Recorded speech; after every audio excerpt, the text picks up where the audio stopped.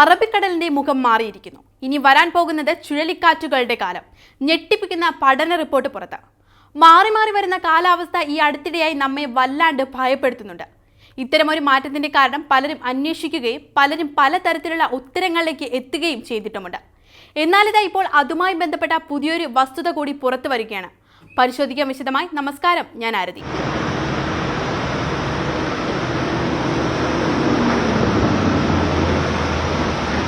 മഴക്കാലമോ വേനലോ വ്യത്യാസമില്ലാതെ അറബിക്കടൽ ഇനി ഏതു കാലത്തും പ്രക്ഷുബ്ധമാകാം.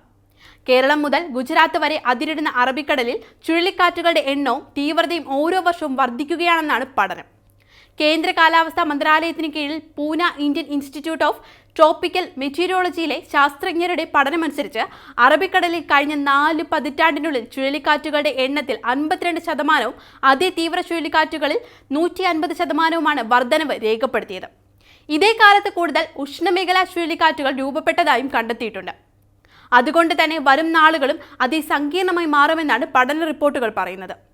ചുഴലിക്കാറ്റ് വർധന ആഗോളതാപനം മൂലം വർദ്ധിച്ചു വരുന്ന സമുദ്ര താപനിലയും ഈർപ്പത്തിന്റെ സാന്നിധ്യവും തമ്മിൽ ബന്ധപ്പെട്ടിരിക്കുന്നതായി ഗവേഷകർ പറയുന്നുണ്ട്. അറബിക്കടലിൽ രൂപം കൊള്ളുന്ന ചുഴലിക്കാറ്റുകളുടെ ആവൃത്തിയും തീവ്രതയിലും 2 പതിറ്റാണ്ടുകൾക്കിടെ വലിയ വർധനവുണ്ടായിട്ടുണ്ട്. അറബിക്കടലിന്റെ ഭാവമാറ്റത്തിൽ കിഴക്കൻ തീരത്ത് ദുരന്തം വിതയ്ക്കാൻ അതിശക്തമായ ചുഴലിക്കാറ്റുകൾ ആസന്ന ഭാവിയിലും പ്രതീക്ഷിക്കാം. വൻ നാശം വിതച്ച ഗോനു, ക്യാർ, സമീപകാലത്തെ ബിബോർജോയ് ചുഴലിക്കാറ്റുകൾ അറബിക്കടലിൽ രൂപം കൊണ്ടവയാണ്. ഇതേ കാലത്ത് ബംഗാൾ ഉൾക്കടലിൽ ചുഴലിക്കാറ്റുകളുടെ എണ്ണം 8% കുറഞ്ഞു. ഇതേ പ്രവണതയും തുടർന്നാൽ ഇന്ത്യയുടെ പടിഞ്ഞാറൻ തീരത്ത് പ്രകൃതി ദുരന്തങ്ങൾ ഗുരുതരമായി ആവർത്തിക്കുമെന്ന് പഠനം നടത്തിയ വിദഗ്ധ സംഘം മുന്നറിയിപ്പ് നൽകുന്നു. ചുഴലിക്കാറ്റുകളുടെ വികസനത്തിന് അനുയോജ്യമായ ഒരു സമുദ്രതടമായി അറബിക്കടൽ മാറിയിരിക്കുന്നു എന്നും, കൂടാതെ അറബിക്കടലിലെ ചുഴലിക്കാറ്റുകൾ സാവധാനത്തിൽ ശക്തി പ്രാപിക്കുകയും ഒടുവിൽ തീരത്ത് അടിക്കുമ്പോൾ അതിതീവ്രതയുള്ള ചുഴലിക്കാറ്റായി മാറുകയും ചെയ്യുന്നുവെന്നും പഠന റിപ്പോർട്ടിൽ വ്യക്തമാക്കുന്നുണ്ട്.